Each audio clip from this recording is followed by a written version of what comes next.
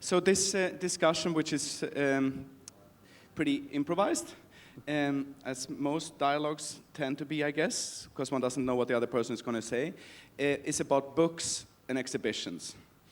And yeah, so in a way it's about the written word and about art. Since I have very little money myself, I don't collect art, but I do collect books. Books can also become quite expensive, but even an important museum catalog doesn't normally get that expensive. So it's something I've been interested in since many, many years. Important exhibitions catalogs, and I found out early that certain institutions have been more interesting than others when it comes to producing great catalogs. And in the end, it seems to be about specific people, directors or curators who really produced incredible catalogs that accompany their exhibitions. It started with some catalogs from the little museum, or not so small museum, in the city that I'm from. The Moderna Museet in Stockholm in the 1960s really did exceptional catalogs. And it had to do with a few designers, but I guess it did have to do primarily with the visionary work of Pontus Hultén, who was then running the not-so-huge museum in Stockholm, but who then became the director of the Pompidou, and the whole history became better known. Yeah, Maria mentioned it, that Hans Ulrich has produced a few books lately, and they're really about the history of curating, not going back hundreds of years into the Wunderkammer and things like that, but really about the last decades. And I think that although there are lots of curator schools and there are seminars about curating and there are discussions about curating, it's still a pretty unknown territory. I mean, people, and there's also kind of oblivion built into this. People remember important institutions, such as the Pompidou or the Tate or the, big museums, but do they really remember the kind of intellectual devices and the imaginary work that the people who created these exhibitions were doing? Some of us, I guess, who work in this field do, but say the history of criticism is, I would say, much better known, and that's maybe not something we can discuss why it's like that, but everybody who reads about the history of art criticism would end up discussing Diderot and Baudelaire, and then all the way up to the main modernist critics with Clement Greenberg and so on. But there isn't, as far as I know, books about this parallel activity of creating exhibitions, and maybe it has to do with the fact that the curator wasn't so, and maybe shouldn't be, I don't know, such a well-defined figure.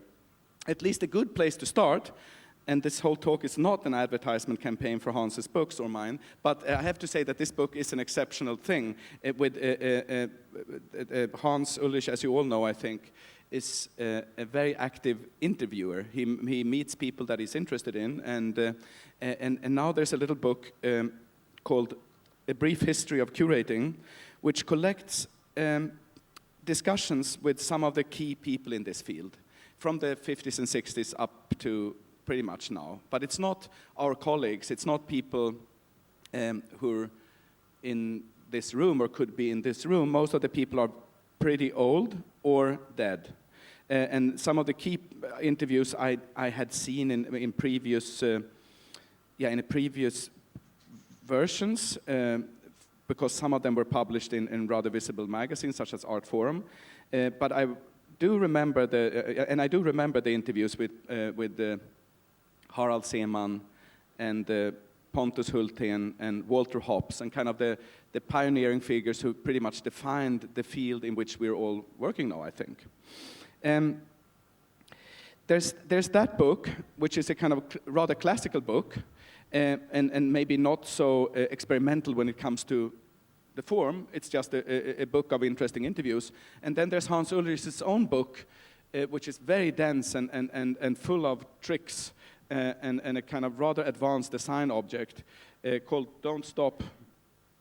What is it called? Don't Stop, Don't Stop, Don't Stop. And it's more about curatorial sketches and prefaces and small texts relating to Hans's own books, or our own exhibitions, excuse me. in a way, I guess this discussion could be about text and exhibition, and you know, it has to do, I guess, with why is there always a text accompanying an exhibition? Why is an artwork alone kind of naked looking? Why does there always have to be a kind of preface or a little essay or a catalog? It's something that we take for granted, but maybe it's not such a given thing actually, but it seems that without there being some sort of accompanying book or publication, we're not quite satisfied with an exhibition. I mean, Lawrence Wiener once said, books furnish a room. I think he got it from someone else. It's a quote, but it's also a piece by Lawrence Wiener. And I must say that my kind of relationship to books really started with artists in the first place, if it was, you know, Boltanski or Lawrence Wiener or Fischli Weiss or Gerhard Richter, who think so much about books being a medium, no? So it's much more than just a secondary thing. So it's books done by them with their involvement, and I always thought that that's a very important thing. And then obviously there is this whole other aspect which Daniel already mentioned, which is the memory aspect of exhibitions. And exhibitions in some kind of way are very fragile for memory, I suppose, and I suppose it's got to do with the fact that they are not objects, they are temporary constellations. It's very rare that an exhibition gets collected. There's usually fragments out of exhibitions get collected in museums, and the exhibition, you know, disappears again. And as we all know, it's extremely difficult sometimes to find even photographs or illustrations of certain exhibitions which are important from the 60s or 70s or now. So somehow Daniel mentioned this book, The Brief History of Curating, and it was really Maria's idea. So thanks to Maria Finders to do this ping pong today, because Daniel wrote the preface for this book. I wrote the preface for his thesis, about which we're going to speak later. There is an unrealized part of this dialogue today, because we also thought, together with Carsten Höller, that both Daniel and I should wear the same glasses here on stage, but somehow they haven't arrived from Sweden. They're stuck in the FedEx. So that's the unrealized part of this, you know, ping pong conversation today. So the brief history of curating was somehow the idea, as Daniel said, the modern figure of the art critic, if it's Diderot or Baudelaire, is extremely well documented. And there is this very undefined kind of history of curating. And at the moment when there are so many curator schools, it seems important to somehow build up curatorial memory out of really first-hand experience. And it's something which was not really done with a master plan. So this book wasn't kind of written in a year, but it took almost 20 years to write it. I would just, whenever I was in a country, whenever I was in a conversation, I would bring up, you know, this question: who would be a curatorial pioneer? Who did important work in the 50s and 60s?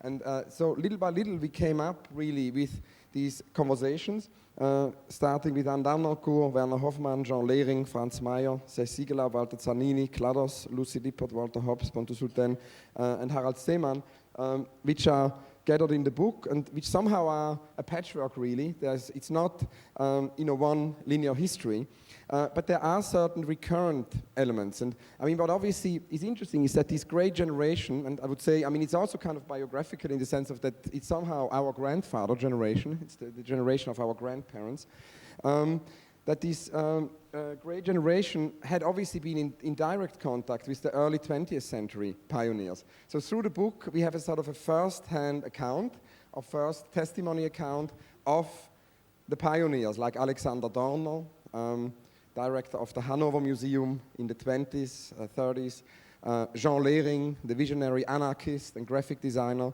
who ran the Stedelijk Museum, but many other completely forgotten curatorial pioneers. I mean, for example, Walter Hobbs and Anne Darnancourt and Lucy Lippert show us a whole history of American curating of the early 20th century, which somehow is in big part unwritten. So in some way, it has a lot to do with what Eric Hobsbawm calls a protest against forgetting. It's somehow the idea of urgent memory. And it seems maybe important also to do this at that very moment in time, because it is actually very interesting that we live in a moment where there is more information than ever. I mean, it's an incredible exponential growth of the information on this planet.